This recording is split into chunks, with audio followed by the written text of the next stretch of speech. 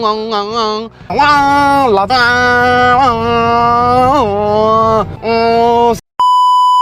1.5放在一辆 crossover 上面，到底行不行啊？我开始或者我拿车的第一天，我也是这样想的。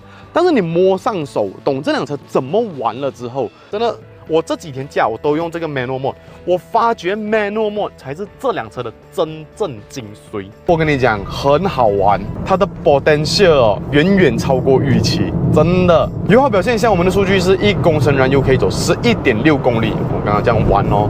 还有超过11公里，一般行驶啦，市区大部分，然后再加一些室内KL 的高速公路，我可以这辆车轻轻松松玩着 manual mode 哦，去到1公升13公里，这辆车又好玩又省油。